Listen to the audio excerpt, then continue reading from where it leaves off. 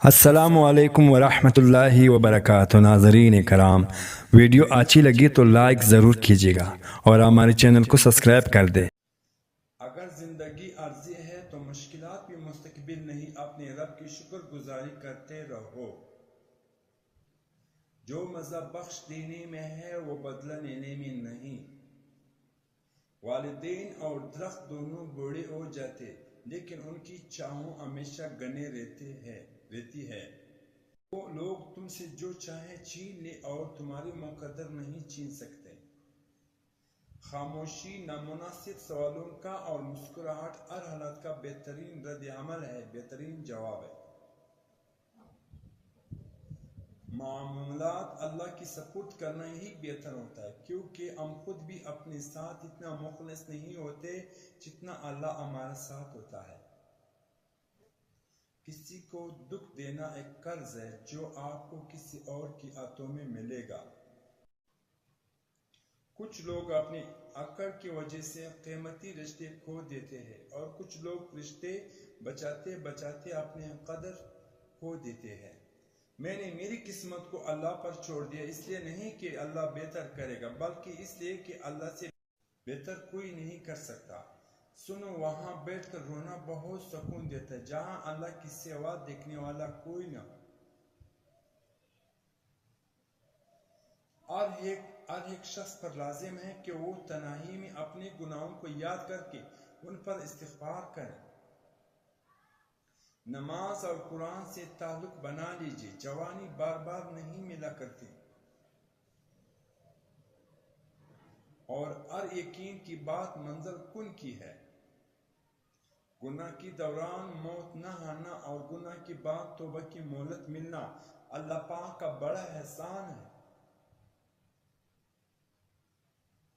عقل کو خواہشوں پر فضیلت حاصل ہے کیونکہ عقل زمانے کو تمہاری ہاتھوں میں دے دیتی ہے، جبکہ خواہشوں تمہیں زمانے کا غلام بنا دیتے ہیں۔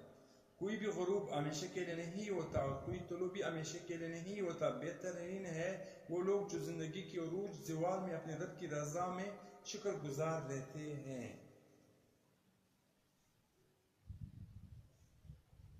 کبھی کبھی چپ رہنا شکایت کرنے سے زیادہ بہتر ہے۔ جب اللہ کا کرم ہو جاتا ہے تو سالوں کی محنت کا پھل لمحوں میں ملنے لگ جاتا ہے۔ کوشش کے باوجود بھی ہم کچھ لوگوں کے لیے پتھر نہیں بن پاتے، مگر اس کی کوشش میں ہم ارد گرد کے باقی لوگوں سے بیزار ہو جاتے ہیں۔ گفتگو کیجیے مگر ذرا احتیاط کے ساتھ، لوگ بھی مر جاتے ہیں الفاظ کے ساتھ۔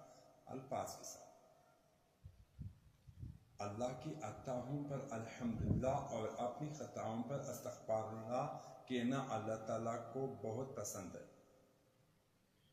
کسی رشتے کو کتنی بھی محبت سے باندھ دیا جائے لیکن اگر عزت اور لحاظ چلا جائے تو محبت بھی چلی جاتی ہے۔ پلٹ کی جواب دینا بے شک غلط بات ہے، لیکن سنتے رہو تو لوگ بولنے کی حد بھول جاتے ہیں۔ دنیا کا سب سے بڑا رزق بغیر توبہ سو جانا۔ کوشش کیا کرے جب بستر پر سونے کے لیے جائیں تب گناہوں کو خیرآباد کہہ کر اللہ سے معافی مانگ کر سویا کرے۔ ہم اکثر انہی لوگوں کے ہاتھوں اپنی مجبوریوں کا مذاق بنواتے ہیں جن کو ہم کمزور لمحوں میں اپنی ذات کی سچائی سونپ دیتے ہیں۔ رجوع اور عروج پر چاروں حروف کی ایک جیسا ہے، بس تم اپنے رب کی طرف رجوع کرو، وہ تمہیں عروج دے گا۔ معاف کرنے سے انسان کا اپنا وزن ہلکا ہو جاتا ہے، نفرتیں اٹھانا کب آسان ہوتا ہے۔ خدا کا شکر ادا کرے، وہ ہماری پکڑ نہیں کرتا بلکہ ایک اور صبح دے کر توبہ کا ایک اور موقع دیتا ہے۔ جب چھوٹے تھے تو باتیں بھول جاتے تھے اور سب کہتے تھے یاد رکھنا سیکھو، اب بڑے ہوئے ہیں تو ہر بات یاد رہتی ہے اور تو سب کہتے ہیں بولنا سیکھو۔